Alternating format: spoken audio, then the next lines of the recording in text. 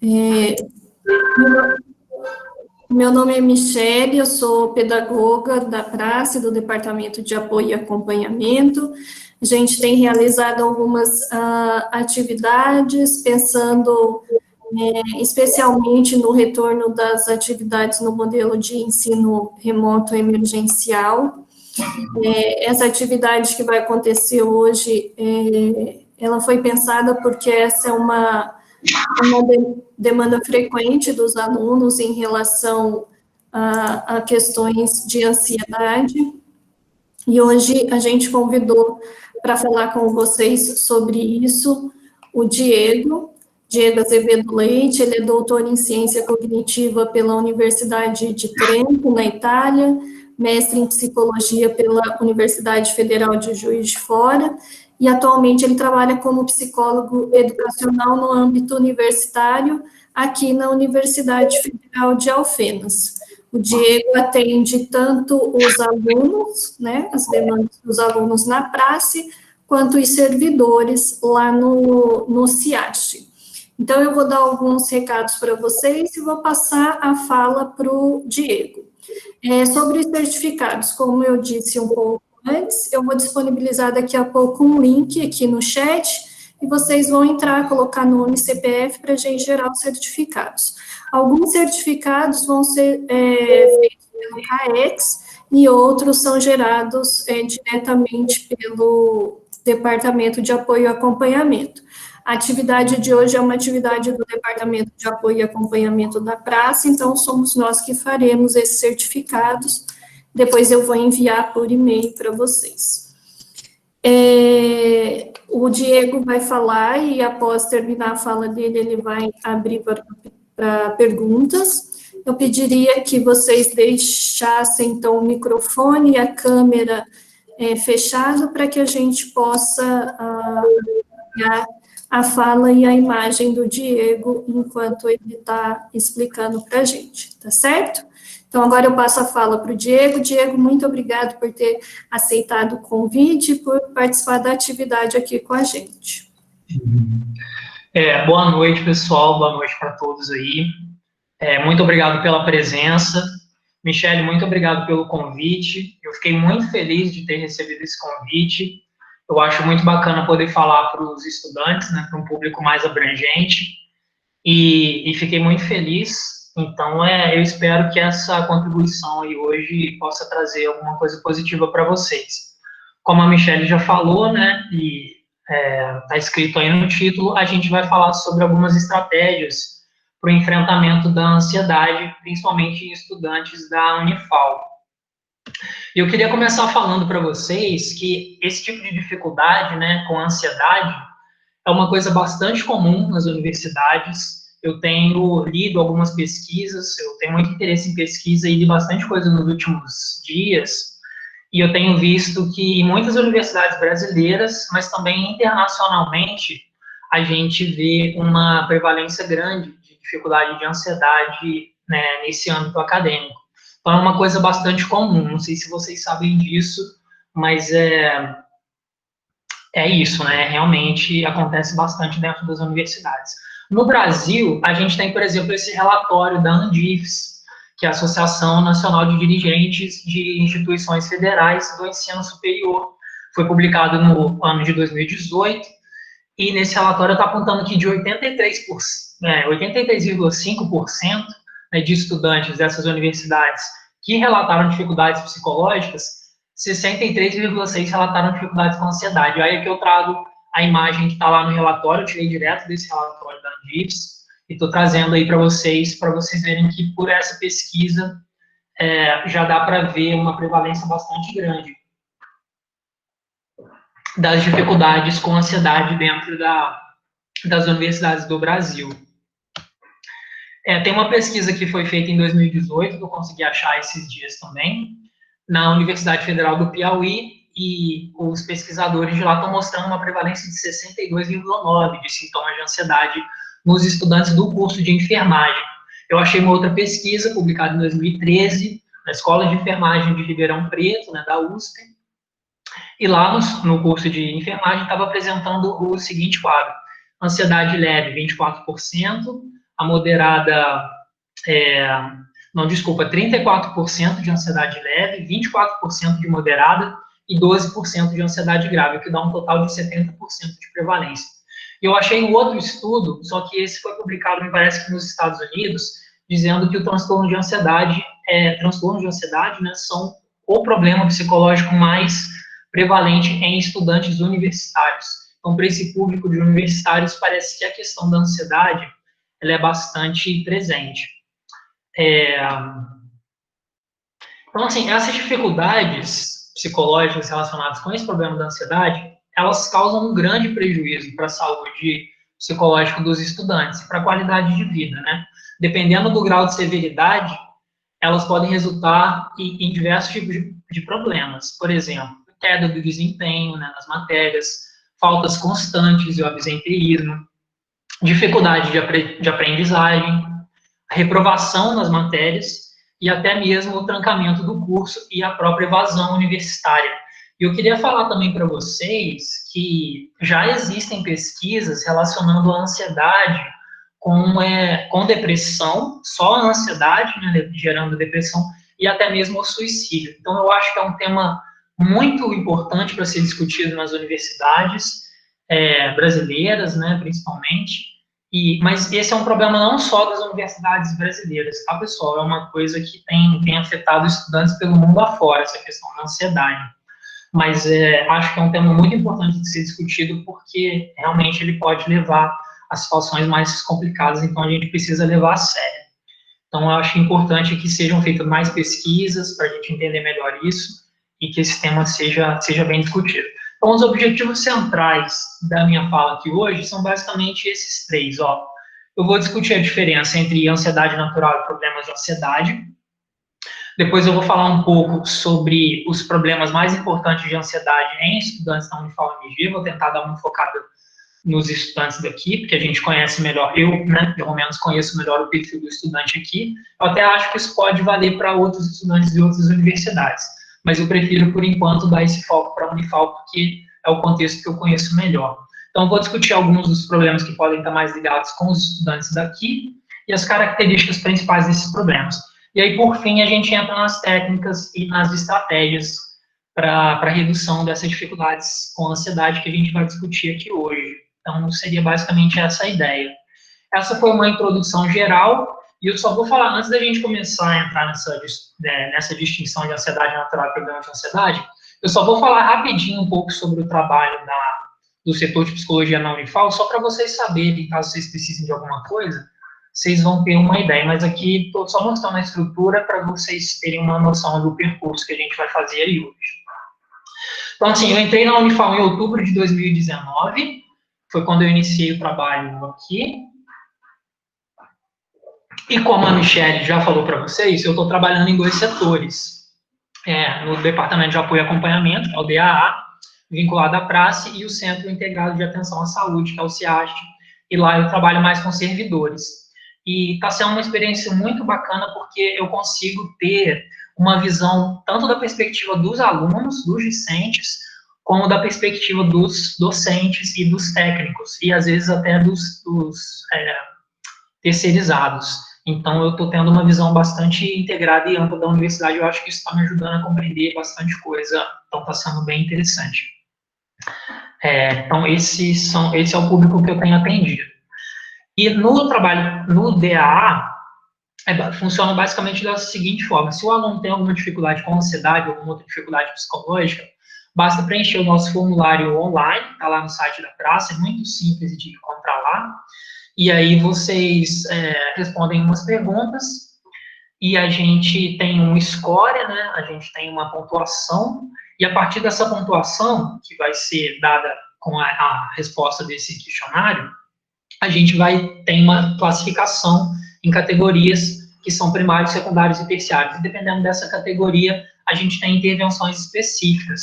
Então, tem trabalhos individuais, atendimentos individuais, né, que eu faço também. Tem os atendimentos em grupos, que, por exemplo, a Cristiane, que está participando aí hoje com a gente, está na sala, ela tem feito atendimentos muito interessantes e legais com grupos. Então, a gente tem tido resultados bem positivos com atendimentos individuais e grupos. Temos também encaminhamentos de informações e atividades por e-mail, né, dependendo da situação, a gente faz esses encaminhamentos também. E a gente tem organizado eventos, palestras, essa iniciativa da Michelle aí também é uma outra coisa que tem relação com o nosso trabalho lá e que foi uma coisa muito, muito bacana de ser feita também. Então, é outro tipo de intervenção que a gente tem, organizar esse tipo de eventos para passar informação para vocês. Então, agora eu vou entrar mais nessa parte dessa distinção que eu tinha falado antes. Então, assim, o que é a ansiedade? Ela pode ser entendida como um estado emocional que é desagradável e desconfortável. E ela está relacionada com sensações de, por exemplo, aflição, agonia, angústia, nervosismo, tensão, medo, inquietação, preocupação e desespero. Por exemplo, tá? São só algumas palavras que a gente usa, porque muitas vezes não é simples a gente descrever certas sensações psicológicas, às vezes faltam palavras, mas essas são algumas que a gente usa para tentar descrever um pouco desse estado emocional, né, muitas vezes desagradável, né, que a gente tem. E esse estado emocional está relacionado com efeitos psicológicos desagradáveis, muitas vezes também. Por exemplo, falta de concentração, dificuldade de raciocínio, coisas assim. Comportamentais, né, a gente muda a frequência ou padrões de comportamento que começam a prejudicar a gente, de alguma forma. E tem também efeitos físicos, a gente começa a ter reações físicas desagradáveis, por exemplo, aceleração do coração e coisas assim, sudorese. Então, dá para caracterizar dessa forma bastante resumida, só para vocês terem uma noção. E aí eu queria contar para vocês a gente pode entender como fases ou estágios da ansiedade. Depois eu vou explicar isso melhor para vocês, mas eu queria começar falando para vocês o que seria a ansiedade natural. Porque, assim, a ansiedade, ela é uma resposta adaptativa, é uma coisa natural do nosso organismo, quando a gente passa por alguma situação que pode provocar um certo medo ou apreensão. Então, por exemplo, se você vai em um sítio, por exemplo, da família de vocês não conhecem direito, e lá tem um cachorro, e o cachorro sai da corrente, sai da coleira lá, e aí você se depara com esse cachorro, ele parece que ele está meio bravo, você não sabe direito o que fazer, você começa a ficar ansioso, sem saber o que pode acontecer, e aí o seu corpo vai se preparando para ter uma reação meio que imediata àquele estímulo que te parece aversivo na hora. E aí você pode, né, a luta ou a fuga. Você pode tentar lutar com um cachorro, de alguma forma, ou você pode correr. Então, o seu corpo te prepara para aquilo. E em situações desse tipo, isso pode ser muito benéfico, isso pode salvar vidas, né, em algumas outras situações. Então, isso acontece tanto no momento imediato, quanto às vezes por antecipação, né, quando a gente antecipa um evento futuro que pode também causar algum perigo ou prejuízo para a gente. Então, a ansiedade, ela fica meio que falando assim na sua cabeça, olha, se prepara para aquilo, você vai ter uma prova daqui a 2 semanas, se prepara, porque senão, não vai dar certo, não. Então, a ansiedade é meio que essa vozinha que vai assim, estou colocando de forma bem didática, tá? Só para ficar mais claro. Então, ela fica um pouco na sua cabeça te falando assim, olha, se prepara, porque se você não se preparar, a coisa pode sair do planejado. Então, nisso, ela te ajuda muitas vezes, porque ela te faz sair um pouco da inércia ali e fazer o que você precisa. Só que quando isso começa a ficar muito excessivo, aí os problemas começam a vir.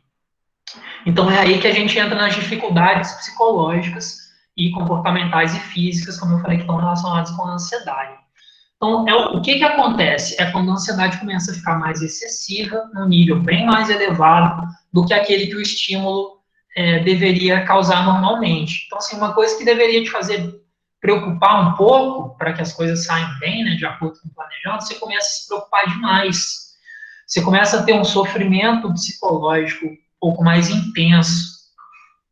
E isso vem acompanhado também de perturbações psicológicas, comportamentais, como eu falei, e as físicas relacionadas a essa ansiedade excessiva. E, além disso, isso começa a trazer prejuízo em dimensões centrais da tua vida. Então, por exemplo, você começa a ter dificuldade de falar com a tua família, né, na relação sei lá, com seus irmãos, ou com a sua mãe, com seu pai, ou com seu marido, sei lá, com a sua esposa, com o seu namorado. Começa a atrapalhar, né, relações com a família, relações afetivas, relações com os amigos, por exemplo.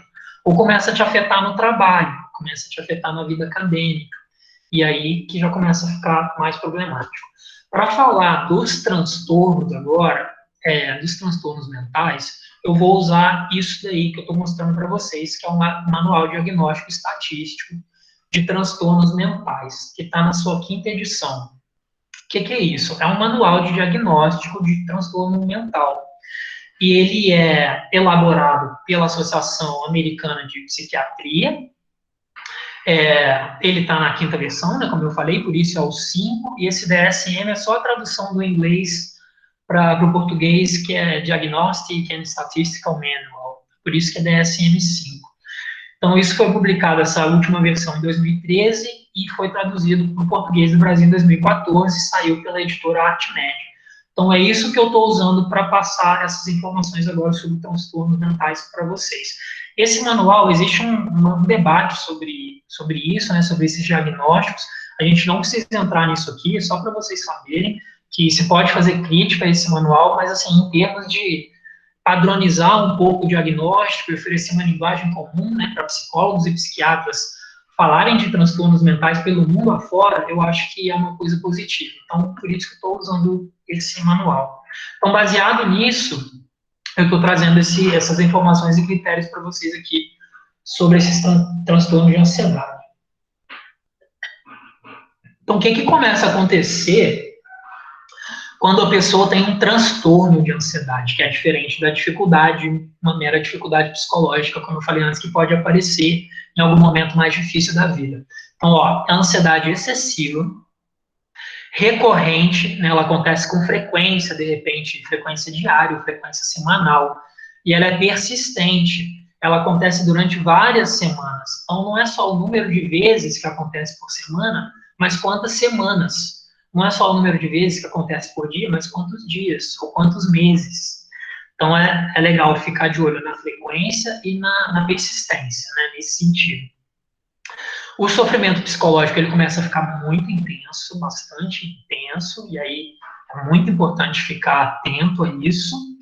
E essas perturbações psicológicas, como eu falei, falta de concentração, ou alterações comportamentais, por exemplo, você aumenta muito a frequência de se alimentar, né, esse padrão de comportamento, ele começa a ficar muito mais frequente, aí você começa a ganhar um peso muito maior do que o que você tinha antes, ou o oposto, você não se comporta dessa forma com a mesma frequência que antes, então você deixa de comer como você comia antes, e aí você perde muito peso, então isso pode acontecer também, ou pode ter alterações do sono, então essa parte do comportamento aí do sono pode ser alterada também. E as questões físicas, como eu falei, sudorese, ou aceleração do coração, coisas assim. Então, isso começa a ficar muito intenso, os transtornos de ansiedade. E além de grande prejuízo nas dimensões centrais da vida do indivíduo. Para vocês terem uma noção, eu trouxe um depoimento aqui que chegou para a gente lá no DAA de um aluno da Unifal. Olha só, vou ler para vocês, porque eu acho que isso vai dar uma ideia bem clara do que é um transtorno de ansiedade. Minha ansiedade sempre deu um jeito de me atrapalhar. No ano passado, muitas coisas aconteceram, sintomas e ações surgiram, mas eu pensava que estava tudo bem, que ia passar. Passei em vários médicos que fizeram vários exames e não encontravam nada de errado. Apenas uma me disse o que era, e eu meio que desacreditei. Até que eu cheguei no meu limite e não aguentei mais, onde as crises de pânico começaram a ser frequentes. Independente de lugar ou hora, ela simplesmente vem e devasta tudo. Acordo muitas vezes em gritos, no desespero, e sinto que tudo está se acabando. Sentindo que estou morrendo ou enlouquecendo de vez. Às vezes fico em um estado de como se não tivesse em mim mesmo com alguém falando comigo. E logo o formigamento começa. Fico sufocando e há uma dor, um medo que não sei explicar de onde vem. Apenas sinto e outras vezes sinto isso e logo desmaio. Parei de sair para lugares com muita movimentação, muito menos sem companhia, pois tenho medo que o pânico venha e tome conta de tudo novamente. E depois dele vem o cansaço, não só físico, mas também o psicológico. Ainda mais quando vejo que tudo o que está acontecendo está afetando minha família. Então é onde prefiro ficar só, ficar no meu quarto e evitar as pessoas, pois fico incomodado quando tem muita gente. Assim logo saio. Sorrio sim, mas não consigo esconder de mim mesma tudo que está aqui dentro e eu não entendo, não consigo resolver. Dá medo de dormir, pois eu sei que vou acordar em pânico outra vez, mesmo deixando a luz acesa. Olha, isso é um transtorno de ansiedade, é uma coisa bem mais acentuada. Então, é nisso daí que a gente não pode deixar chegar, é para tentar tratar antes, porque isso aí já é uma coisa mais grave, mas é só para vocês verem a diferença entre uma coisa um pouco mais grave e uma dificuldade de ansiedade, que é o que eu estava falando antes, e ansiedade natural também. Então, o que são critérios importantes para vocês prestarem atenção, porque é esse tipo de coisa que a gente quer evitar. A frequência e persistência de episódios de ansiedade excessiva, né? Então, se estiver acontecendo durante muitos meses e com uma frequência grande, então é bom ficar de olho. Se a intensidade do sofrimento gerado pela dificuldade com ansiedade é muito grande, é muito intenso, então é importante ficar de olho. Se as perturbações psicológicas, comportamentais ou físicas relacionadas com ansiedade começam a ficar também muito frequentes, aumentam, tal, vamos ficar de olho, e também o prejuízo das atividades nas dimensões centrais da vida. Então, eu diria que são esses critérios para vocês ficarem de olho, para a gente não deixar a situação se agravar. Então, eu acho que assim, é mais para deixar claro mesmo a dificuldade, a diferença entre uma coisa e outra. E isso, assim, eu acho que é mais interessante a gente ver como uma coisa gradual. Então, a gente começa numa ansiedade natural, que é uma coisa que acontece para todo mundo tem um pouco de ansiedade, né, natural. Não somos robôs frios e simplesmente que raciocinamos em termos simbólicos, né, a gente tem emoções também, tem dificuldades na vida, a gente precisa resolver problemas muitas vezes, então é natural um pouco de ansiedade às vezes. O que não pode é essa ansiedade subir muito o nível, começar a ficar excessivo, e aí te criar dificuldades grandes com a ansiedade. Mas se for assim, algumas dificuldades num contexto mais difícil, num momento mais difícil da vida, tudo bem também. De repente você consegue lidar com aquilo sem ter que procurar um profissional. Mas se você começar a ter aqueles critérios que eu estava falando antes, aí já é importante você procurar ajuda profissional. Então, você vai observando essa graduação aí de acordo com os critérios que eu te falei, para a gente não deixar o quadro se agravar e chegar aí no vermelho. Mas é claro que mesmo no vermelho, tem condição de ser tratado, né? Aí você procura um profissional e ele vai te ajudar a tratar disso. Então, é possível essa mudança de comportamento. Essa foi basicamente, e essa mudança no quadro dos transtornos de ansiedade também. Mas se você vê que a coisa se agrava, o quanto antes você procurar um profissional é uma coisa importante. Então, vou falar um pouco dos tipos de problemas agora, de transtornos de ansiedade e dificuldade de ansiedade. Então, ó, esse DSM-5, que eu mostrei antes para vocês, ele traz 9 tipos diferentes de transtorno de ansiedade. O primeiro é transtorno de ansiedade de separação, que acontece mais na infância, né, e é uma ansiedade excessiva em relação à separação dos pais, muitas vezes os pais, né, mas as figuras que estão presentes, né, na vida da criança, muitas vezes a criança também pode acontecer em outros momentos, mas é muitas vezes na infância, muitas vezes em relação à separação dos pais, uma ansiedade excessiva. O mutismo seletivo é uma ansiedade excessiva em relação a certos ambientes, por exemplo, na escola, a criança também, ocorre mais na infância, a criança tem uma dificuldade em falar, em se comunicar através da linguagem. Isso pode acontecer em outros contextos também. Então, uma dificuldade com a linguagem, com a comunicação, por conta de ansiedade excessiva. A fobia específica, que é a fobia particular, uma ansiedade excessiva, né? Particular em relação a diferentes situações ou animais ou coisas assim, depois a gente vai falar um pouco melhor sobre isso. Transtorno da ansiedade social, também conhecido como fobia social, que é em relação às situações sociais, também vamos falar melhor sobre isso depois. O transtorno de pânico, a gente vai falar melhor sobre ele depois. A agorafobia, que é também uma fobia, uma ansiedade excessiva em relação a certos ambientes específicos ou situações específicas, também vamos falar melhor dela depois. E o transtorno de ansiedade generalizada, que é uma ansiedade excessiva difusa, ela não tem um objeto muito específico. Também vamos falar um pouco melhor dela depois. Além disso, tem o transtorno de ansiedade induzida por substância ou medicamento, né, que nada mais é do que uma ansiedade excessiva que é gerada por um consumo de uma substância particular que altera o estado psicológico ou um medicamento, que tem esse mesmo efeito.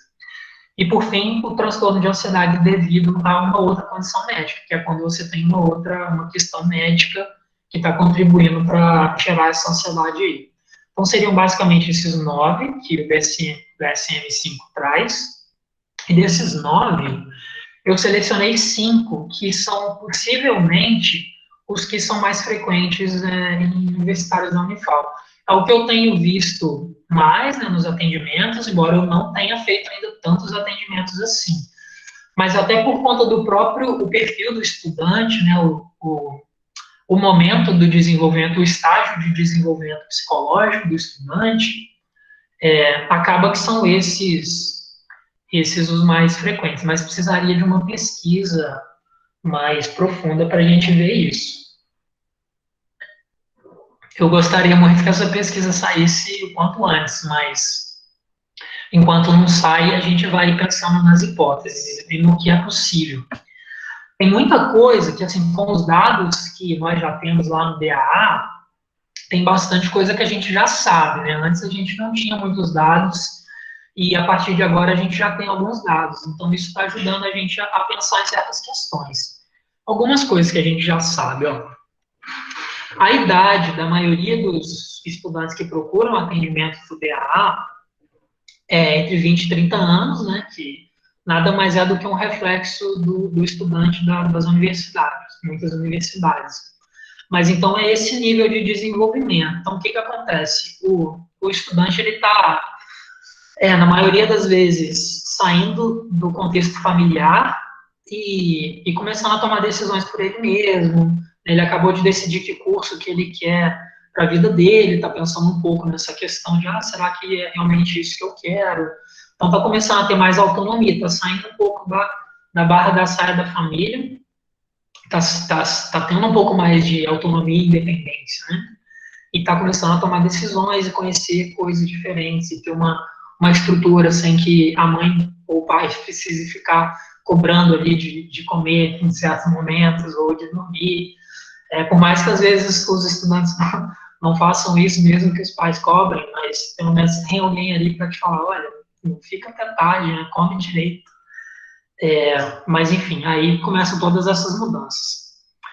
A moradia, a gente já sabe que a maioria mora em república, depois muitos moram com família e depois muitos moram sozinhos, mas a grande maioria república. 1 em cada 6 trabalha, né, esse é o dado que a gente tem atualmente. O sexo é predominantemente feminino, mas eu queria parar um pouco rapidinho, na verdade, para refletir um pouco sobre isso, porque as mulheres, muitas vezes, não têm muito essa questão de se sentir... o homem, talvez por conta da cultura, eu acho que tem muita coisa da cultura presente nisso. O homem tem uma grande dificuldade com essa questão da vulnerabilidade. Se ele pedir ajuda, parece uma fraqueza, mas isso me parece uma coisa que atrapalha muito os meninos. Eu já vi muito estudante homem que procura o atendimento psicológico e diz, meu pai acha que isso não ajuda em nada, não tem nada a ver, não precisa, é frescura, e não sei o quê. Mas não é, igual eu mostrei para vocês antes, né, até onde pode chegar o transtorno de ansiedade. Então, não se trata de capricho ou frescura, e muitas vezes eu acho que as meninas são mais corajosas de procurar o atendimento. Então, eu sugeriria para os meninos que às vezes têm um pouco de receio, dificuldade de procurar ajuda, eu diria para tentar procurar um pouco mais. Então, eu não sei explicar por que acontece essa procura maior do sexo feminino, mas eu acho que está envolvido um pouco com essas questões de cultura, que eu acho que talvez precisaria melhorar, difundir um pouco mais informação para que isso não fosse assim. Mas é um dado que eu acho que a gente precisa discutir melhor e tentar entender o que acontece. A medicação, a gente sabe que, por exemplo, né, a gente vê escitalopram, fluoxetina, ritalina, sertralina, clonazepam e venlafaxina, por exemplo. Né? Tem outras coisas, mas esses são alguns que aparecem para a gente. Então, a medicação que tem sido tomada, a gente também tem dados, estamos coletando dados sobre isso. A maioria mora fora de Alfenas, então isso explica também por que a maioria mora em república. Então, pessoal, como eu falei, né, começa com essa independência da família, está conhecendo muita coisa nova, mora em república, com colegas, aí tem que lidar com o ambiente da república, com os colegas da república, e é toda uma série de fatores que o estudante universitário precisa se adaptar a uma um novo ambiente, uma nova rotina e tudo mais. Aí, assim, em relação às dificuldades de ansiedade, isso são dados só dos meus atendimentos. Eu já atendi 50, eu estou trabalhando há uns 10 meses, mais ou menos, como eu falei para vocês. Eu já atendi 53 alunos, só alunos. E desses 53, eu fiz as contas, 42 apresentaram alguma queixa de ansiedade, tá? Leve, moderada ou mais grave. Então, 42 de 53, só para vocês terem uma noção. E quais são os fatores que contribuem para esse aumento de ansiedade nos estudantes da Unifal? São várias coisas, isso eu trouxe só o que me parece ser mais relevante, mas também, assim, não temos ainda dados que mostrem isso de uma forma mais clara, nem isso aqui está elencado como se fosse uma coisa mais importante do que a outra, tá? São só alguns dos fatores que eu tenho visto mais e que eu acho que são importantes, mas uma pesquisa mais aprofundada seria muito benéfica para a gente ver isso melhor. Inclusive, hoje, eu descobri que uma professora da Unifal fez uma pesquisa sobre ansiedade na Unifal, um tempo atrás, publicada em 2015.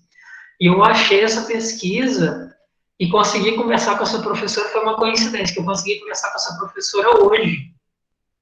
E aí a gente já trocou uma ideia sobre pesquisas de ansiedade no ambiente da Unifal. Então, isso é uma coisa que eu acho que para o futuro seria muito, muito interessante, se a gente tivesse mais dados sobre isso, que a gente conhecendo melhor os fatores, o perfil do universitário, a gente pode aperfeiçoar as nossas técnicas e intervenções.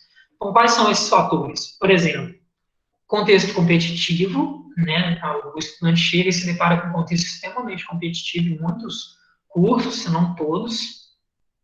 Uma dificuldade grande de se relacionar com os colegas também por conta disso, né? Às vezes, a gente fica os estudantes, né, nessa competição por notas, por rendimento acadêmico, por bolsas, ainda mais agora com esses cortes de bolsas, cortes de verbas, isso fica mais complicado ainda. Mas, às vezes, é um pouco difícil entrar nos grupos e fazer contato com outros colegas por conta dessa competição grande. A ausência da família, como eu falei, em estudantes da Unifal, isso é bem acentuado, porque muitos vêm de outras cidades e aí realmente ficam longe da família, isso é difícil. Ou, às vezes, a família põe muita pressão na formação, na pessoa terminar o curso e entrar no mercado de trabalho, e aí essa própria pressão da família, ou dificuldades com relação da família, eu tenho visto isso nos atendimentos, dificuldades na relação com o pai, com a mãe. Então, eu tenho visto esses dois lados da questão da família. Preocupação com se formar do próprio estudante, né? Ele mesmo se cobrando, eu tenho que formar, como é que vai ficar minha formação? Tenho visto bastante isso, e a própria inserção futura no mercado de trabalho, que não deixa de ser uma preocupação bastante legítima, né? Porque, como a gente tem visto essas questões da economia, né? Tudo influencia. Mas é claro que a gente não pode deixar essa preocupação sair fora do controle. É por isso que eu estou trazendo esses dados aqui para vocês, para a gente entender melhor a situação e saber como a gente vai intervir. Outra coisa, carga horária elevada é uma queixa dos alunos, às vezes, principalmente para quem trabalha, né, 1 em cada 6, como eu falei, a carga horária elevada dos estudos, mais o tempo de trabalho acaba ficando sem tempo de lazer, E, às vezes, quando tem tempo de lazer, às vezes o comportamento é muito mais de sair para festa com os amigos, e aí tem consumo de bebida, outras drogas, então, e é muitas vezes assim, não que você sair para beber com os seus amigos, beber um pouco socialmente, ou, né, sair um pouco para beber com seus amigos, não que isso seja uma coisa ruim, mas ficar só nisso, né, e deixar isso se acentuar para comportamentos que são negativos para o estudante, aí não é uma coisa legal. Então, dificuldade de planejamento também é uma outra coisa que eu tenho visto bastante nos estudantes, e uma dificuldade grande de organização da rotina. Isso afeta bastante. Relacionamento docente-discente é uma coisa que às vezes aparece também, né? A didática de algum professor pode ser uma coisa que dificulta para um aluno ou outro, então, dependendo de como é essa relação, pode ser também um fator que desencadeia a ansiedade em alguns estudantes. Dificuldades financeiras e dificuldades de aprendizagem. Então, esses são alguns dos fatores, né? E como eu falei, eu acho importante conhecer melhor esses fatores e ver quais que desempenham um papel maior para a gente conseguir ajudar melhor o estudante que apresenta isso como fator que contribui para a ansiedade. Vamos falar um pouco sobre as dificuldades que eu acho mais importantes, que são aquelas 5 que eu falei antes, que eu acho mais importantes da gente comentar nos estudantes da universidade. Então, temos, por exemplo, a ansiedade generalizada, né, que é a ansiedade excessiva, ela ocorre na maioria dos dias e está relacionada com diversos eventos e atividades diferentes. Então, desempenho universitário ou profissional, por exemplo, tá? Então, o indivíduo tem muita dificuldade de controlar essa preocupação, fica uma coisa realmente excessiva. Ela geralmente dura uns 6 meses, no mínimo, né, para ser caracterizado como transtorno, e tem sintomas de sofrimento intenso, prejuízo no funcionamento social, profissional ou em dimensões importantes da vida. O transtorno de ansiedade generalizada, quer dizer, continuando com o transtorno de ansiedade generalizada, são 3 ou mais dos seguintes sintomas, que é importante a gente ficar de olho. Então, para ser caracterizado assim, são 3 ou mais do seguinte: inquietação ou sensação de estar com nervos à flor da pele, fatigabilidade, que é uma tendência ao cansaço, né, você tende a ficar muito mais cansado do que você fica normalmente, dificuldade em se concentrar ou sensação de branco na mente, irritabilidade, tensão muscular, começa a ter dores em certas partes do corpo, dores estranhas que você não tinha antes, dores no estômago, por exemplo. Perturbação do sono, isso eu tenho visto demais. Dificuldade com o sono em aluno que apresenta queixa de ansiedade. Então, dificuldade de manter o sono, ou esse sono não tem uma qualidade, aí faz com que o aluno, no dia seguinte, não consiga estudar, perca a concentração. Então, se tiver 3 ou mais desses sintomas, e aqueles outros critérios que a gente viu antes, comecem a ficar de olho nisso aí. Agora sim, transtorno de ansiedade social, que é outra coisa, né? É uma ansiedade acentuada em situações sociais em que o indivíduo é exposto a possível avaliação por outras pessoas. Por exemplo, conversas com outras pessoas, uma conversa simples, né?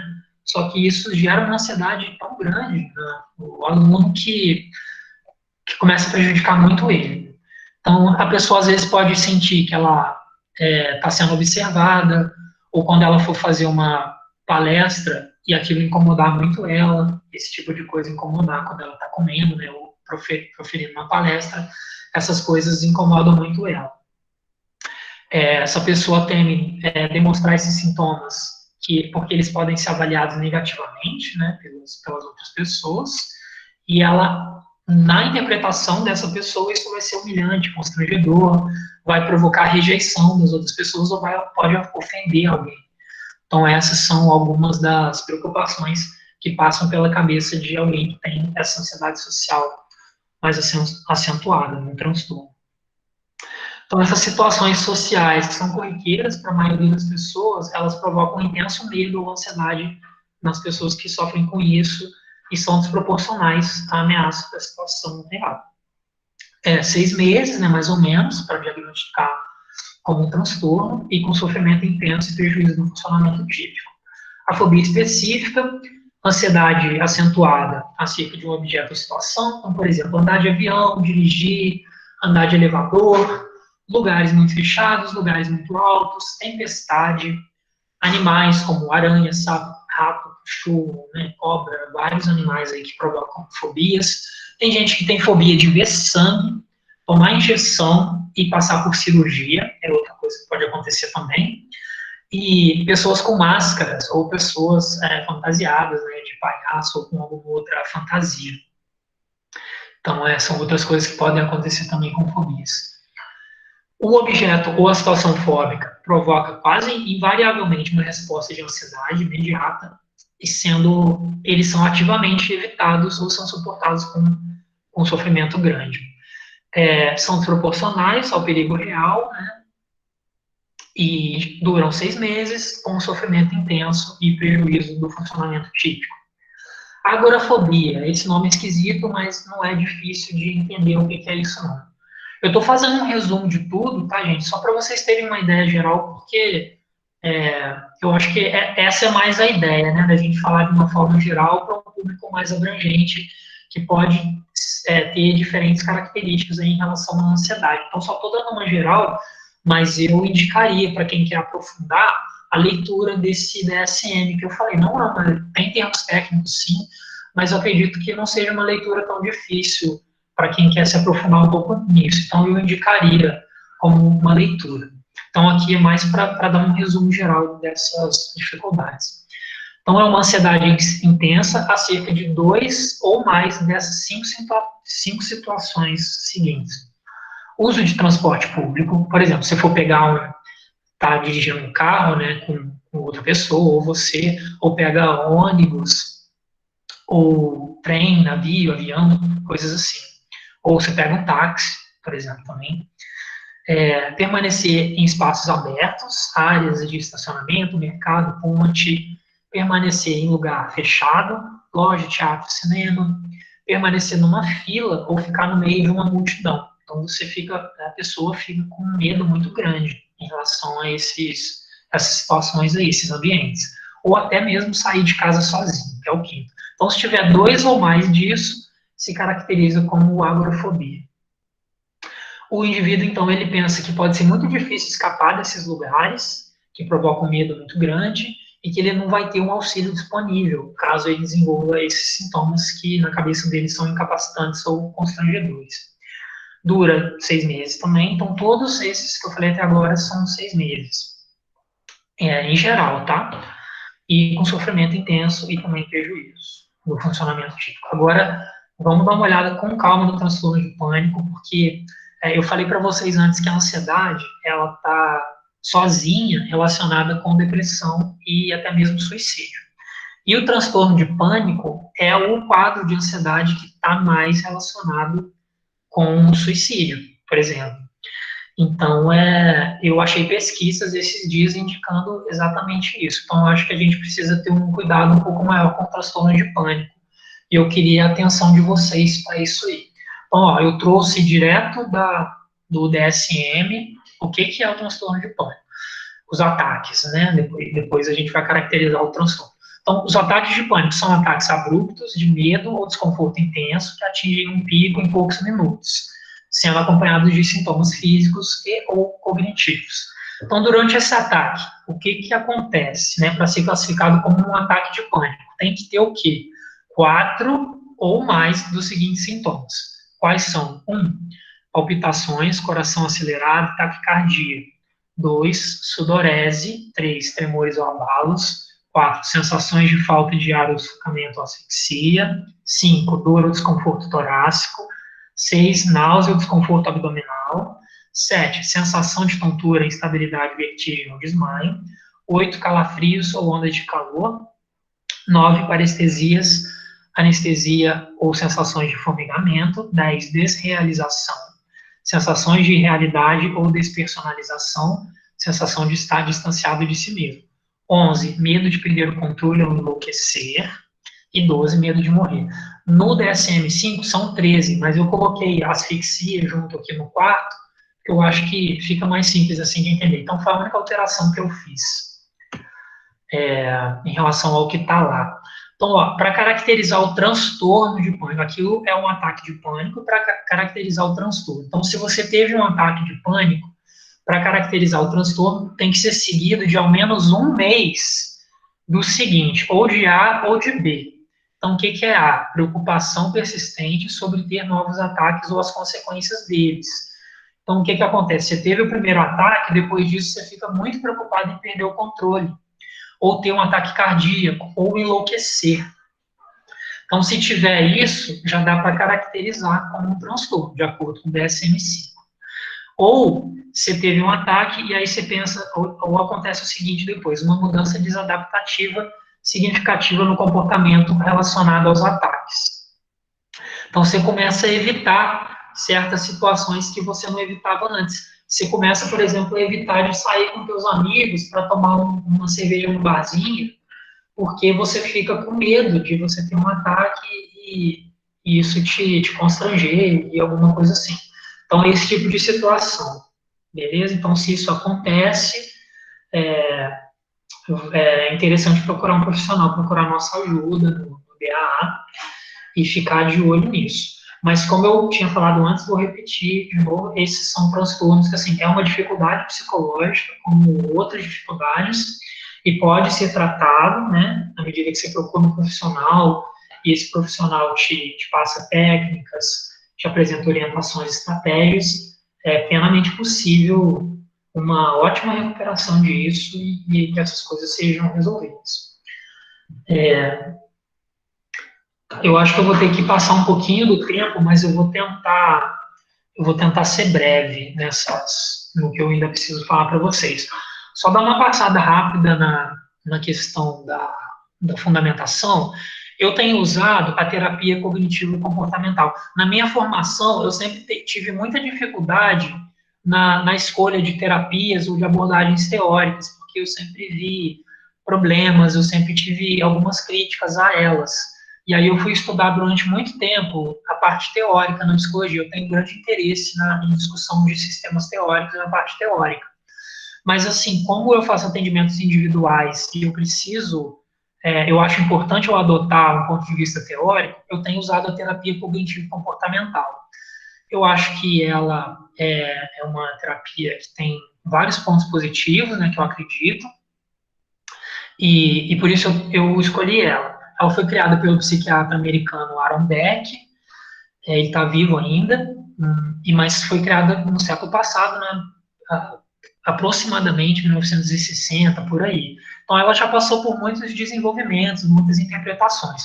Eu tenho usado os originais em inglês do Beck para fazer a minha interpretação pessoal. E aí, como eu tenho um conhecimento teórico pela minha formação, que eu considero que me ajuda muito, eu complemento naquilo que eu acho que eu devo complementar. Então, quando eu acho que tem alguma coisa teórica que eu acho que é relevante, eu também não tenho nenhum pudor em complementar quando eu acho que eu devo. Mas, assim, eu gosto dessa... Então, eu faço a minha interpretação pessoal baseada nas obras originais que eu tenho lido em inglês do Aaron Beck. Eu acho que essa terapia, ela tem um compromisso maior, assim, ela tenta ficar atenta aos desenvolvimentos científicos, né? Ela está mais próxima da questão da cientificidade, eu acho isso importante. Ela se importa com as evidências, com o aperfeiçoamento através da discussão teórica, da discussão de pesquisas empíricas e da discussão do aperfeiçoamento prático também. Então, eu acho que ela tem essas características e algumas outras que eu acho importantes. E tem bastante pesquisa já também mostrando que ela é eficaz para lidar com muitos transtornos de ansiedade, incluindo muitos transtornos psicológicos, incluindo transtornos de ansiedade. Mas, então, para complementar, eu tenho tido interesse, eu tenho interesse em alguns sistemas teóricos. Por exemplo, vou citar alguns autores aqui só para ilustrar alguns autores que eu tenho interesse. Seria o Jerome Bruner, do cognitivismo clássico, o B.F. Skinner, do behaviorismo radical, e eu tenho tido um interesse mais recente no Alexander Luria, também, da psicologia histórico-cultural. Os dois primeiros escreveram em inglês, né, são movimentos dos Estados Unidos, e eu leio as obras deles em inglês, e o terceiro é no contexto russo, ele era russo, escreveu em russo, mas tem boas traduções por editoras boas, uma editora de Harvard, por exemplo, que eu tenho uma tradução, e eu tenho usado, eu acredito, boas traduções dele, mas tenho procurado também sempre melhores traduções, na medida que elas existem também e eu consigo ter acesso. Enquanto eu não leio em curso, infelizmente, eu espero que algum dia eu consiga, talvez. Mas aí eu tenho usado isso para as minhas interpretações e meu trabalho teórico. Integração de sistemas teóricos na psicologia é uma coisa extremamente complexa, não dá para a gente entrar nisso agora, nem é o caso, mas só para ilustrar também muito rápido para vocês, eu conto, pelos estudos que eu fiz na minha formação, eu tenho contado uns 17 sistemas teóricos do século XX para frente. Então, assim, a gente pode pensar em critérios diferentes, e essa tabela realmente é só para ilustrar. Eu acredito que muitos pesquisadores desses sistemas teóricos, eles talvez não concordassem com muita coisa que está aqui. É uma coisa que eu até penso em conversar melhor com psicólogos de diferentes formações, mas eu acho que é importante a gente tentar encontrar pontes teóricas entre uma coisa e outra e tentar fazer análises teóricas sistemáticas no campo, né? Essa parte da psicologia teórica, às vezes me parece que é muito pouco desenvolvida e tem uma certa negligência por alguns psicólogos nessa parte teórica, às vezes eu acho que isso compromete muito o trabalho na psicologia. Então, eu tenho um interesse teórico e acho que a gente fazendo discussões teóricas sistemáticas, a gente também pode encontrar formas de aperfeiçoar a psicologia do ponto de vista teórico, para além de debates de escolas e debates sobre qual autor que está mais certo que o outro e coisas assim. Então, aquelas três teorias, aqueles três autores que eu mencionei antes, elas têm inúmeras diferenças, né? Eu tenho plena consciência disso, mas em muitos aspectos elas são complementares, né? Na questão da uma ênfase mais nos pensamentos, na parte cognitiva e individual, uma ênfase às vezes mais no comportamento e na relação disso com o ambiente físico, e uma ênfase às vezes mais na parte social, nos impactos da sociedade, da cultura e do momento histórico na vida do indivíduo. Eu acho que são questões muito importantes e juntas essas teorias acabam dando uma visão um pouco mais abrangente da complexidade, né, que está envolvida com o fenômeno que é o comportamento e o pensamento humano. Então, agora sim, a gente vai para as estratégias. Eu espero não passar muito do tempo, mas eu acho que a gente ainda tem pelo menos mais uma meia hora, 40 minutos aí. Eu acredito que eu vou conseguir passar tudo a tempo para vocês. Então, vamos lá. Orientações, agora sim, a gente na parte das estratégias, né? Orientações gerais básicas. Então, o que você precisa tentar manter? O sono saudável, né? Tenha um sono, momentos mais regulares de sono, tenta manter o seu sono com os horários que você precisa, né? Em média umas 8 horas por noite, e tenta dormir na postura correta, coisas assim, que vão melhorar a qualidade do seu sono. Porque se você ficar com sono no dia seguinte, você não vai conseguir estudar, você vai perder a sua concentração, muito provavelmente. Então, é muito importante regular o sono, e eu tenho visto problemas com o sono em alunos ansiosos, como eu já tinha falado antes para vocês. Alimentação, procura comer de forma mais saudável, vai no mercado, compra fruta, não fica só pedindo pizza, não fica só pedindo comida. Às vezes é legal, né? Junta um amigo num contexto diferente, chama os amigos para comer uma pizza no fim de semana, beleza. Mas não fica pedindo pizza de segunda a sábado, porque isso não é saudável para você realmente. Então, é orientação básica. Atividades físicas, é legal você trazer isso para a tua rotina. Tenta fazer o mínimo possível, né? Durante a tua semana, começa devagar, para também não forçar muito o seu corpo, não pega pesado do nada.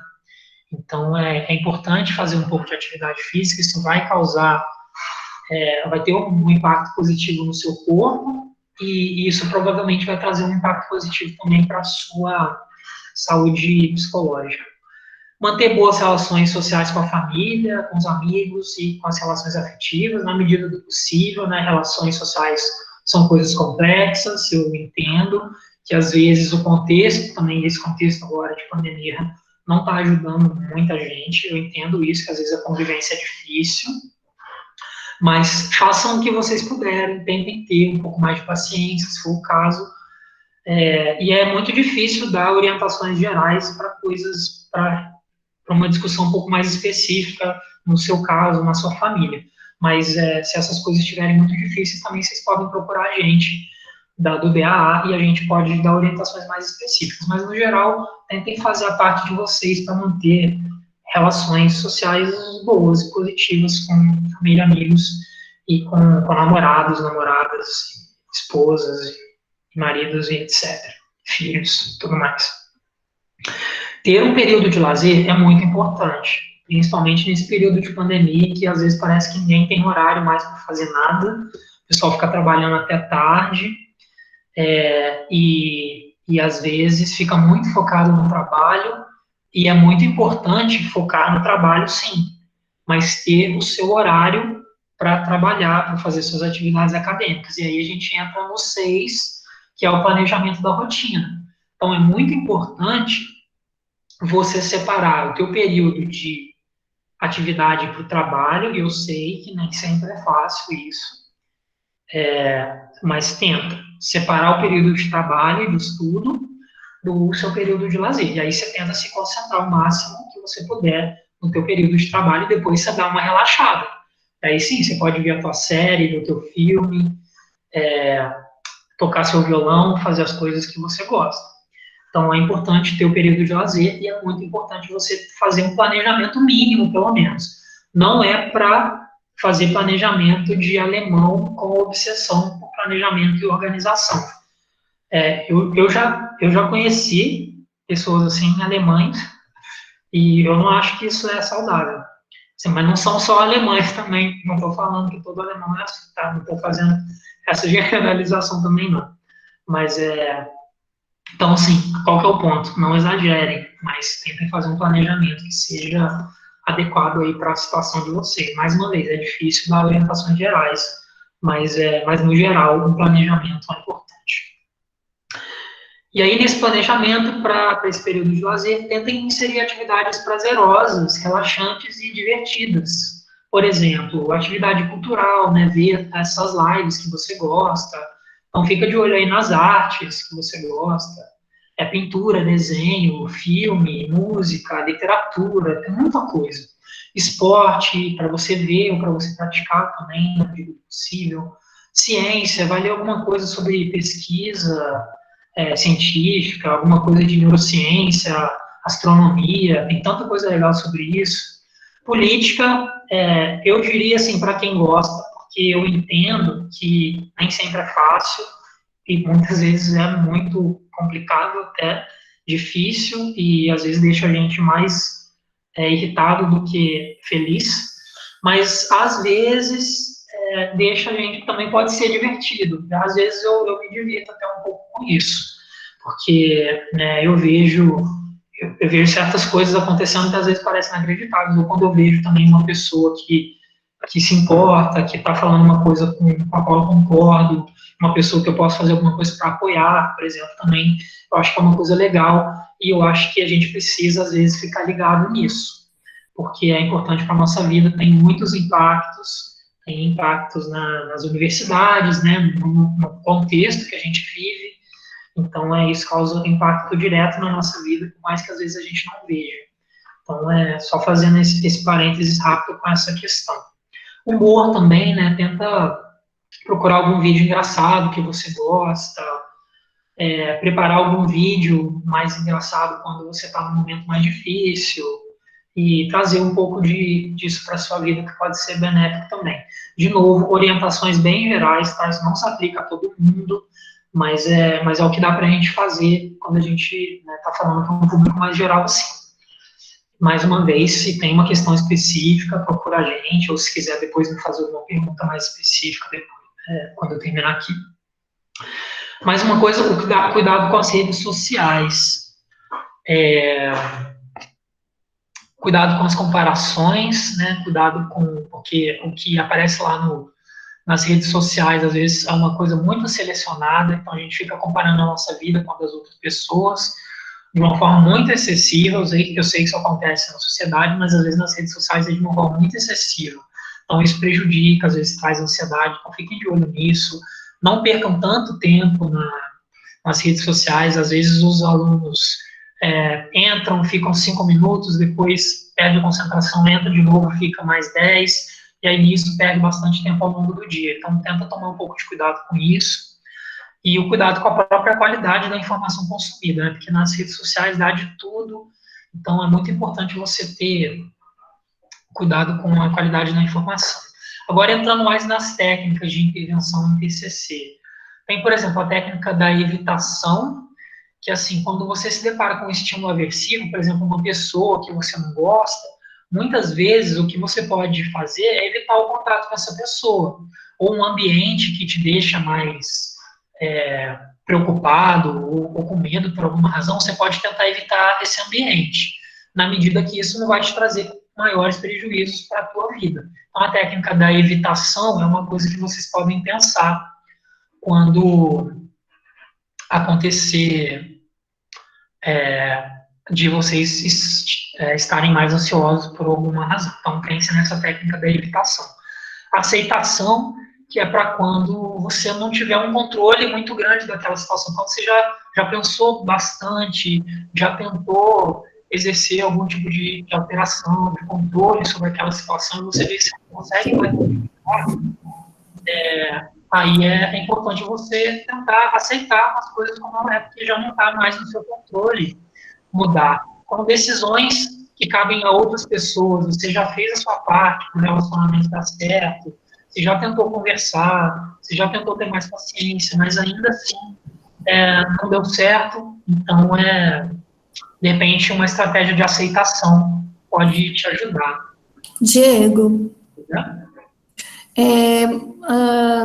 você consegue encerrar a fala mais uns 5, 10 minutos para a gente abrir para as perguntas? Eu acho que sim. Falta só um pouquinho, mas eu vou tentar dar uma acelerada, mas eu acho que em 10 minutos dá para fazer sim. Então tá, e a gente abre para perguntas, pessoal. Beleza. Vou dar uma acelerada aqui.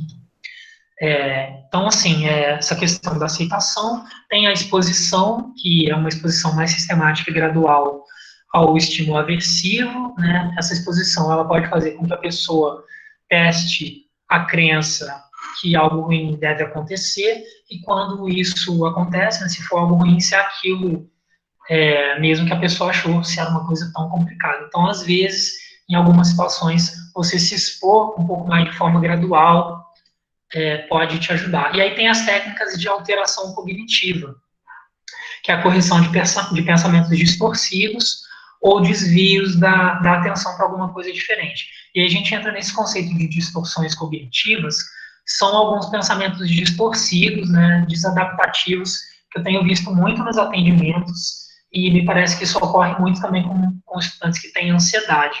Então, por exemplo, a pessoa estima que a probabilidade de um evento negativo é muito maior do que o que na realidade ela é. Ou a pessoa pensa que o resultado negativo que ela pode ter numa prova vai fazer com que o mundo acabe para ela. Ou ela pensa que porque ela foi mal numa prova, ela vai mal em todas as provas. Ou ela pensa que uma coisa ruim aconteceu, então está tudo ruim na vida dela. Então, esse tipo de supergeneralização também não é legal. Ela pensa que, por exemplo, se ela não fez uma apresentação perfeita, a apresentação dela foi terrível, foi um fracasso completo. Então, esse tipo de pensamento, tudo ou nada, também não é legal. Ou você focar a sua atenção só para o que é negativo e desqualificar também, ao mesmo tempo, o resultado positivo que você tem. É uma outra tendência que, às vezes, a gente vê.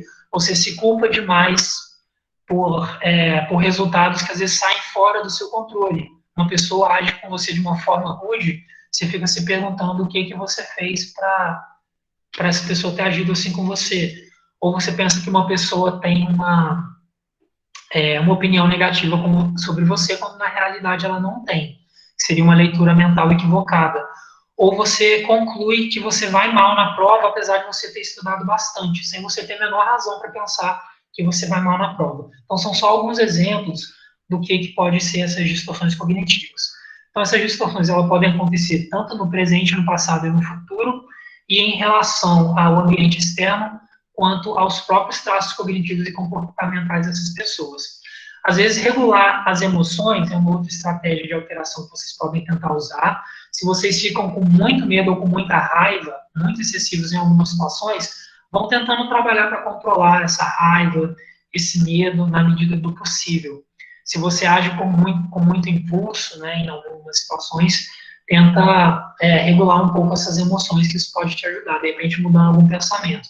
Ou se você é uma pessoa que é muito perfeccionista, você gosta de trabalhar com metas bastante rigorosas para você mesmo, de repente você tentar mudar essas metas e começa, né, a fazer alguma coisa e ver que tipo de resultado que você vai ter. Se você começar, de repente já é um pouco mais fácil de você querer já fazer o trabalho pronto e perfeito da forma como você gostaria de fazer. Mas às vezes você exige demais da sua vontade e isso acaba te atrapalhando. Você pode pensar em alterações de comportamento também, né, padrões, mudança de padrões de comportamento. Se você acha que você está se comportando de uma forma muito repetitiva, com muita frequência, com comida ou com alguma outra coisa assim, você pode tentar controlar o seu comportamento para reduzir essa frequência e controlar o ambiente. Por exemplo, se tem um ambiente em que você sente muito medo, você pode chamar um amigo para ir com você, você pode chamar uma pessoa que te deixa mais calma. Então, tem essas técnicas. Tem algumas técnicas complementares, eu vou falar muito rápido sobre isso, que é, por exemplo, você se educar em relação ao estímulo que te provoca aversão. Então, se são pessoas, se é um transtorno de ansiedade social, procure entender melhor como que são as relações entre as pessoas, as interações entre as pessoas, ou se você tem uma fobia específica, procure entender melhor o comportamento daquele animal que te causa a fobia, coisas assim. Então, procura entender melhor o estímulo que te causa ansiedade e as características dele. Tenta fazer exercício de respiração também, né? Conta de 1 a 10 e respira devagar, ou exercício de relaxamento. Eu acho que são coisas que também podem ajudar na ansiedade. E tentar pensar em termos de progresso. Se você pensar daquela forma, né, em avanços pequenos, mais constantes, e vocês se aperfeiçoando e avançando de forma contínua, talvez seja melhor do que você pensar em mudar o seu comportamento de uma hora para outra de forma muito, muito forte, porque isso é muito mais difícil. Então, só passar rapidamente também algumas estratégias pontuais para um evento específico de ansiedade. Se você vai fazer uma prova, pensa, por exemplo, em se preparar previamente para você ter o resultado positivo. Caso aconteça um resultado negativo, não transforma isso numa catástrofe, porque você vai ter uma oportunidade de ir bem em uma outra prova que vai ser marcada. Então, não é o fim do mundo. Tenta focar a sua atenção no período anterior e posterior ao evento, que você vai estar mais tranquilo, você não vai estar lá no momento pensando no evento, então isso é uma outra estratégia. Compare esse evento com episódios mais difíceis da história da sua vida, porque, né, provavelmente você já passou por episódios mais difíceis que fazer uma prova na universidade. Então, em comparação com isso, você já enfrentou dificuldades mais difíceis. Então, você pode também, se tem a capacidade para enfrentar uma prova numa universidade. E no momento do evento, tente estabelecer um certo estado psicológico em que você mantém a sua atenção focada, a concentração e o pensamento positivo de alta eficácia. Essas orientações também podem ser usadas no contexto do ERE, e agora eu vou do R, né, o ensino remoto emergencial, e agora finalmente eu vou para as considerações finais rapidinho. Então, assim, essas dificuldades com a ansiedade no contexto universitário, elas têm afetado inúmeros estudantes, tanto no Brasil quanto fora, e o meu objetivo aqui não foi a discussão exaustiva desse tema, que é uma coisa bem abrangente e complexa, mas só contribuir mesmo para o melhor entendimento nesse contexto que a gente discutiu. Nessa apresentação, eu fiz uma análise introdutória sobre esses problemas de ansiedade enfrentados pelos estudantes da UniFAMG, principalmente, e dessas estratégias técnicas que podem ser usadas para reduzir esses problemas. E aí eu discuti as diferenças entre o conceito de transtorno de ansiedade, dificuldade de ansiedade e ansiedade natural. Eu indiquei algumas prováveis dificuldades com ansiedade encontrada com mais frequência nos estudantes da universidade. Eu analisei também algumas possíveis técnicas gerais de intervenção, de acordo com a fundamentação teórica que eu adotei, e eu espero que isso possa ser interessante para a comunidade acadêmica da Unifal e que possa contribuir, talvez, com outras universidades brasileiras, que elas possam se beneficiar dessa análise.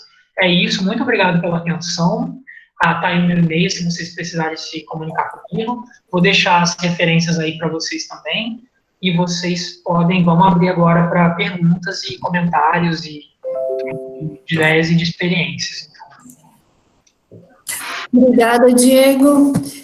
Pessoal, quem quiser fazer perguntas, abrir o microfone e perguntar, fica à vontade. Quem quiser fazer perguntas no chat, a gente vai passando para o Diego.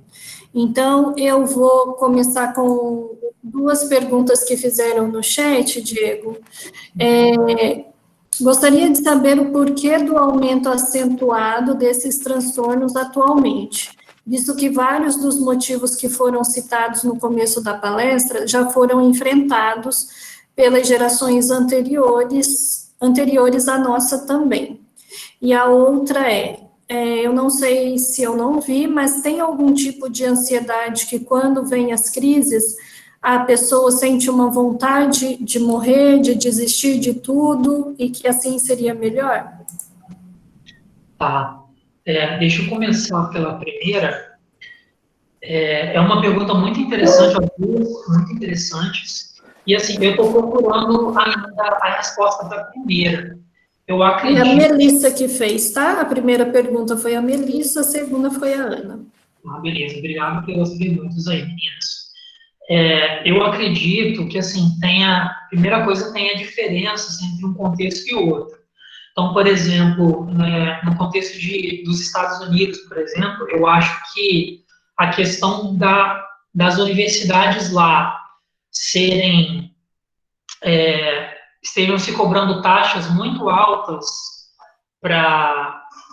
de mensalidade para os estudantes, tenha feito com que os estudantes estejam pagando não só muito dinheiro por mês, mas que eles entrem em débito com o Estado. Às vezes eles precisam pedir, tipo um empréstimo, assim, parece que tem acontecido em muitas universidades dos Estados Unidos. Eles pedem um empréstimo, eu acho, para o governo, e aí para eles conseguirem pagar as mensalidades, que às vezes são exorbitantes em muitas universidades dos Estados Unidos. E isso tem aumentado, né, as taxas, o que eles precisam pagar. Então, essa mercantilização, né, da educação que tem acontecido muito nos Estados Unidos está criando um débito muito grande dos alunos, e aí eles ficam super preocupados com como que eles vão pagar isso depois, fora as preocupações em achar um emprego depois no mercado de trabalho competitivo. Então, essa questão tem afetado, eu acho, bastante os estudantes lá. E aí, assim, às vezes essas tendências, né, de cobrar pela educação universitária, elas afetam outros países também, porque os Estados Unidos acabam exportando uma certa cultura. No Brasil, a gente ainda tem as universidades federais aqui resistindo fortemente a essa mercantilização do ensino universitário e da própria educação. Então, assim, o contexto da Universidade Federal Brasileira já me parece que é um perfil diferente. E outra coisa, eu acredito que pensar em universidades diferentes vão te dar também respostas ligeiramente diferentes. Então, eu diria que o contexto da Unifal pode ser diferente também do contexto de uma USP, ou do contexto da Universidade Federal do Piauí. Então, eu tentaria primeiro tentar descobrir o que acontece. Eu tentaria descobrir primeiro o que acontece no contexto da Unifal. E por isso que eu estou tentando coletar essas informações. Eu entendo que os estudantes já passaram por essas dificuldades antes, mas eu acho que isso se acentua em alguns casos. Por exemplo, a Unifal tem muito estudante que vem de fora. Então, essa coisa da família, ela se acentua para os estudantes da Unifal, porque eles ficam muito longe das famílias e aqui eles têm que morar em repúblicas, e aí tem toda essa coisa de você ter que se habituar a morar na república, você ter que se habituar à convivência com pessoas estranhas, isso tem um impacto muito grande. E talvez também um outro fator é a questão da preocupação com o mercado de trabalho, porque, né, o desemprego no Brasil agora está em 12,9%, eu acho, né, quase 13%, E eu acho que isso é uma coisa que legitimamente está na preocupação dos estudantes. Então, assim, à medida que a taxa de desemprego cresce, a economia, o momento político do país, eu acho que isso vai afetando também as preocupações dos estudantes com a formação deles e o que vai ser depois da vida, né? Que é legítimo. Eu acredito que acontece. Eu penso nessas questões, sabe? Eu ainda não vi nada disso na literatura, são coisas que eu tenho pensado, como eu te falei, é uma questão importantíssima. Eu tenho visto que na literatura tem se falado que tem crescido, mas eu não sei ainda o motivo para isso. Aí eu tento pensar nas diferenças entre contextos de países diferentes, no contexto das universidades. Eu acho que a resposta para essa pergunta é complexa, de qualquer forma. Eu estou tentando ser breve aqui, mas eu estou falando demais, eu estou percebendo. Mas é por isso, é uma pergunta complexa e a resposta é complexa. A segunda pergunta, pelo que eu lembro, é a relação da ansiedade com a questão da gravidade, né? Da gravidade. Se eu estiver perdendo alguma coisa aí, vocês me falem. Mas é A porque. vontade de morrer, de acabar com tudo quando vem a crise. Então, é como eu falei, não tem. Os ataques de pânico é o que eu tenho visto de mais difícil nos transtornos de ansiedade. E eu li pesquisas publicadas em periódicos sérios de qualidade, mostrando que existe uma relação forte entre só a ansiedade com a depressão grave, né, que pode trazer esses quadros mais graves, e o suicídio. Então, é possível que a ansiedade leve a depressão e leve também ao suicídio, aí pensamento de morte, né, ideação suicida, tudo isso, leve realmente ao suicídio. Então, existe essa conexão, principalmente no transtorno de pânico, que gera esse medo muito grande, né, e isso começa a tomar uma proporção muito grande de desconforto e sofrimento na vida da pessoa. Então, existe essa conexão, sim. É mais difícil, me parece, mas ela existe. Então, a ansiedade pode levar a um quadro bem mais grave, sim. A gente tem outras perguntas, Diego. Qual da Ana Carla, não entendi o foco da agorafobia, o que causa esse transtorno. O José Guilherme perguntou se, caso a pessoa tente usar as técnicas que você apresentou, mas elas não sejam efetivas, significa que a situação é grave e, nesse caso, o que ele pode fazer. E a Anne disse que ela é da Unesp, né? E como que as pessoas podem ter acesso ao apoio psicológico, sendo que ele é muito caro, e na Unesp ela não conhece nenhum acompanhamento ofertado pela universidade. Tá. Ó, vou tentar lembrar. A primeira sobre a agorafobia, qualquer coisa você me ajuda depois, Michelle. A primeira sobre a agorafobia, então, ela é caracterizada por uma ansiedade intensa, né? Duas ou mais das seguintes situações. Então, é esse tipo de ambiente que vai gerar ansiedade na pessoa. A pessoa tem ansiedade em relação a esse tipo de ambiente. Então, quando ela pega um transporte público, por exemplo, ela está pegando um ônibus e ela olha para as pessoas, o ônibus está lotado, e aí ela começa a ficar muito com medo de alguma coisa estranha acontecer, ou um trem, né, no caso do Brasil não tem muito isso, mas o transporte público funciona mais por ônibus, mas em casos assim, então ela pega um táxi, um ônibus, começa a ficar muito preocupada, ou permanecer em espaços abertos, aí como eu falei, estacionamento, mercado, ponte, ou lojas, então tem que ter presente pelo menos dois dessas situações, desses ambientes, para ser caracterizado como agorafobia. Então, se a pessoa tem medo disso, ou multidão também, né, um outro critério aqui, ou ficar numa fila. Então, se é uma pessoa que tem medo de andar de ônibus, tem medo de ficar em fila, tem medo de ir em show com multidão, ou tem medo de ir numa praça em que tenha multidão, ir numa feira, tem medo de sair de casa sozinho, isso caracteriza a agorafobia. A segunda pergunta foi sobre o uso das técnicas, se tentar e não for efetivo, se é grave. As técnicas. Olha só, essas técnicas, eu diria que essa parte das técnicas mesmo, que eu dei orientações, né? Eu falei sobre técnicas e depois eu falei sobre algumas estratégias. A parte das técnicas são coisas mais para um profissional de psicologia usar, né? Você até pode tentar ir nessa direção, mas se você não conseguir, a ideia não é bem simplesmente tente fazer isso em casa, não. A ideia é que essas técnicas sejam aplicadas por profissionais que conhecem bem essas técnicas. Mas você pode tentar, até um certo ponto, aplicar isso em você. Mas, assim, se você vê realmente que não está tendo efeito, uma estratégia de evitação, uma estratégia de exposição ou de alteração, que são algumas das que eu mais gosto, é importante, sim, você procurar um atendimento profissional. Aí você pode procurar, se você for aluno da Unifal, você procura a gente do Departamento de Apoio e Acompanhamento, ou você pode procurar um profissional especializado. E aí esse profissional deve trabalhar essas técnicas com você de forma mais sistemática.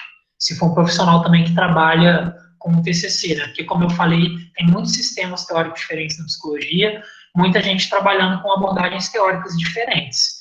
Aí, como eu falei, a TCC é a que eu uso, e essas técnicas são as que eu costumo usar mais nos atendimentos.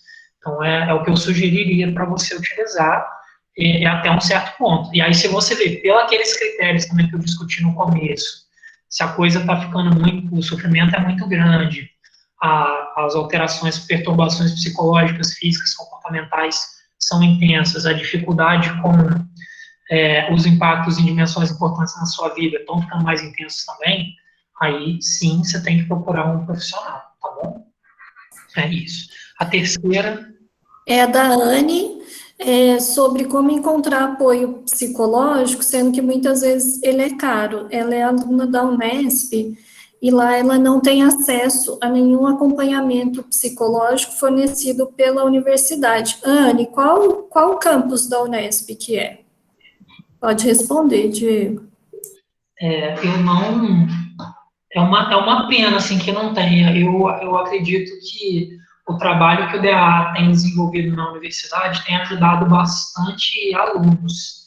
E eu incentivaria, né, as universidades, os responsáveis por isso, a criar departamentos ou grupos de apoio aos estudantes dentro das universidades. Eu acho que esse trabalho da psicologia educacional dentro da universidade é muito importante. Então, eu incentivaria a criação disso nas universidades. E eu acho que outra coisa que é importante é ter verba para isso. Então, assim, a gente tentar pressionar para que as verbas do governo sejam direcionadas para a educação, para a melhoria desse ponto da qualidade de vida dos estudantes nas universidades. Então, para que as verbas sejam direcionadas, as verbas adequadas, né, para o incentivo da educação no país, sejam direcionadas para as universidades, para que os responsáveis tenham a verba adequada também para criar esses centros de apoio aos estudantes de uma forma que tenha qualidade também, né, com profissionais competentes e tal, porque não é simplesmente, tem universidades aí fora do Brasil oferecendo terapia com cachorro. E esses dias eu estava lendo um depoimento e tinha um estudante falando com razão que isso é como se fosse um insulto, porque, assim, existe um crescimento da ansiedade nas universidades por questões, às vezes, econômicas ou pelo perfil das universidades. Então, ansiedade é um problema bem significativo nas universidades, e aí a gente oferece paliativos ao invés de ter investimento sério para a criação de grupos para ajudar, grupos qualificados para ajudar esses estudantes. Então, o ideal era que tivesse um grupo na sua universidade. Como não tem, o que você pode tentar fazer talvez procurar o CA, os CAs ou os estudantes para fazer um movimento e conversar, coisa que eu estou pensando aqui agora, tá? Você pode tentar fazer parcerias com os psicólogos da sua região para que vocês consigam talvez um preço melhor, ou pelo seu convênio, se você não tem convênio, tentar alguma coisa assim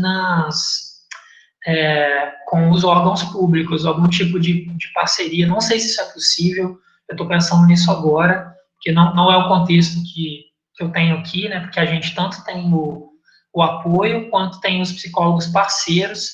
Eu achei essa parceria muito bacana também. Então, eu te diria isso. Tenta, de repente, fazer um contato com o CEAS, com outros estudantes que estão precisando de um apoio, para vocês tentarem fazer parcerias com os psicólogos da região, se você não tem isso dentro da universidade. Mas tenta também fazer um esforço, de repente, juntar com alguns estudantes para colocar uma pressão nos responsáveis para que eles criem esse departamento, esse grupo de apoio para vocês aí. Acho que seria isso. Pessoal, alguém quer fazer mais alguma pergunta? Quer mandar pelo chat? Se quiser abrir o microfone também e perguntar. Eu vou aproveitar para agradecer o Diego novamente pela participação, agradecer a todos vocês que ficaram aqui com a gente até o final. Karina, coloca novamente o link do certificado, por favor, para quem quiser solicitar os certificados. E a gente fica à disposição para qualquer dúvida que vocês tiverem. Dia 23 tem mais uma atividade sobre ansiedade. Aí o nome da atividade é Ansiedade, Estudos e Aprendizagem, né, que a gente vai tratar mais diretamente sobre os efeitos da ansiedade para a aprendizagem, para a atividade do estudante. Então, fiquem atentos a todas as atividades que estão sendo ofertadas, participem de todas. Esse diálogo é importante para diminuir essa ansiedade que vocês estão agora com o retorno do ERE, né, das disciplinas do ERE. Dia 23 e dia 30 também a gente vai fazer uma live falando, tirando dúvidas sobre o ensino remoto emergencial. Então, sempre que for do interesse de vocês, participem. Diego, você quer falar mais alguma coisa? Acho que é mais te agradecer de novo pelo convite. Achei muito bacana, acho super importante a gente ter esses espaços de discussão desses assuntos na universidade. Então, obrigado. E queria agradecer também a presença de todos os estudantes, o pessoal que fez perguntas, também achei as perguntas muito legais. Achei muito bacana esse bate-papo que a gente fez aqui hoje. Espero que tenha sido proveitoso para vocês. E é isso. Obrigado pela presença e até uma próxima vez. Se precisarem de alguma ajuda, alguma coisa, também estamos à disposição aí lá no DA. É isso. Obrigada. Ainda consigo fazer alguma pergunta? Pode fazer. Gabriel. Diego, boa noite. Isso, boa noite, Michele. Boa noite. É uma pergunta mais pessoal, mas que às vezes pode servir, né, em fatos que acontecem com outras pessoas.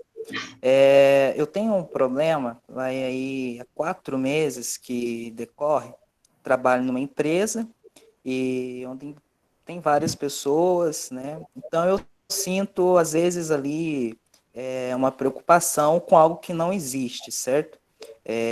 Tenso demais, preocupado demais. Então, até para eu fazer essa pergunta foi meio difícil, porque me dá tipo calafrios, então medo. E o mais importante que me deixa mais frustrado é quando, desculpa, é quando vou dormir, eu não me sinto bem deitado na cama. Então, na região da barriga, às vezes eu sinto que tem algo chutando, vejo a barriga mexer, aí eu tenho que levantar, andar pela casa. Um exemplo, ontem mesmo fui dormir, era 4 horas da manhã que eu consegui pegar no sono, e eu vejo que isso tem sido difícil e preocupante para minha qualidade de vida. Então, queria saber se isso pode ser aí sintomas de uma ansiedade natural ou que eu possa procurar ajuda, né?